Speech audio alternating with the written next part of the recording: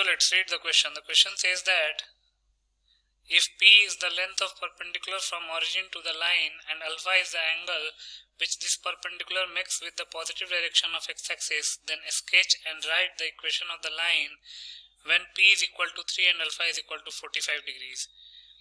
इस क्वेश्चन में P जो है वो एक लाइन का ऑरिजिन से लेंथ ऑफ परपेंडिकुलर दे रखा है और अल्फा वो एंगल है जो ये परपेंडिकुलर एक्स एक्सिस के पॉजिटिव डायरेक्शन के साथ बना रहा है.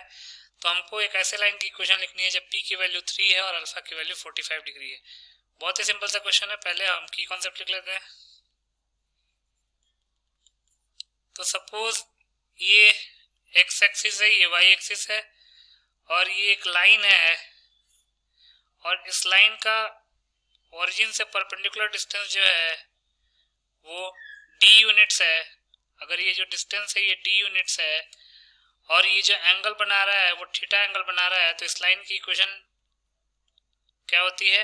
Equation of line will be x cos theta plus y sin theta is equal to d.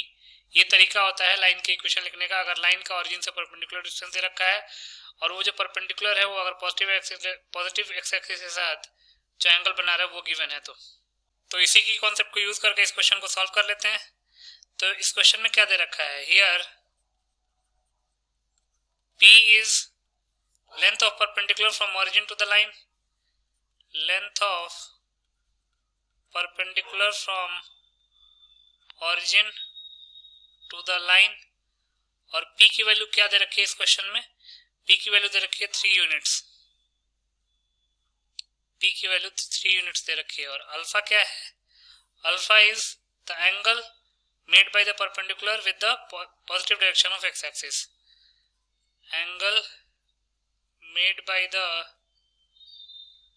perpendicular with positive direction of x-axis. मतलब कि अल्फा की वैल्यू इस क्वेश्चन में 45 डिग्री दे रखी है. क्वेश्चन में अल्फा की वैल्यू 45 डिग्री दे रखी है. तो पहले हम एक डायग्राम ड्रॉ कर लेते हैं जिसमें P 3 यूनिट्स हो और अल्फा जो है वो 45 डिग्रीज हो. तो ये एक्स एक्सिस है, ये वाई एक्सिस है. इस लाइन की इक्वेशन लिखनी है और ये जो परपेंडिकुलर है, परपेंडिकुलर का जो डिस्टेंस है from origin to the line वो 3 यूनिट्स दे रखा है. ये 3 यूनिट्स दे रखा है और ये perpendicular positive direction of x axis से 45 डिग्री का एंगल बना रहा है.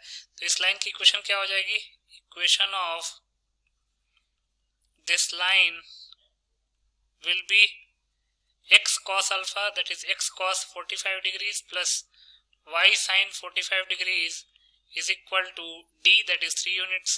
फर्दर सिंप्लीफाई करते हैं तो cos 45 डिग्री की वैल्यू होती है 1/√2 plus y into sin 45 degree की वैल्यू भी होती है 1/√2 इज इक्वल टू 3 यूनिट्स. √2 का एलसीएम लेंगे तो जाएगा x plus y is equal to 3√2. तो x plus y minus 3√2 is equal to 0. यही हमारा रिक्वायर्ड इक्वेशन ऑफ लाइन आ जाएगा. तो यहां से लिख सकते हैं hence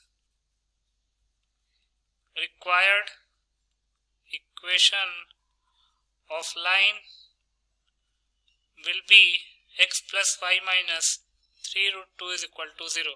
So x plus y minus 3√2 is equal to 0 will be the final answer. I hope you understood it well. Best of luck.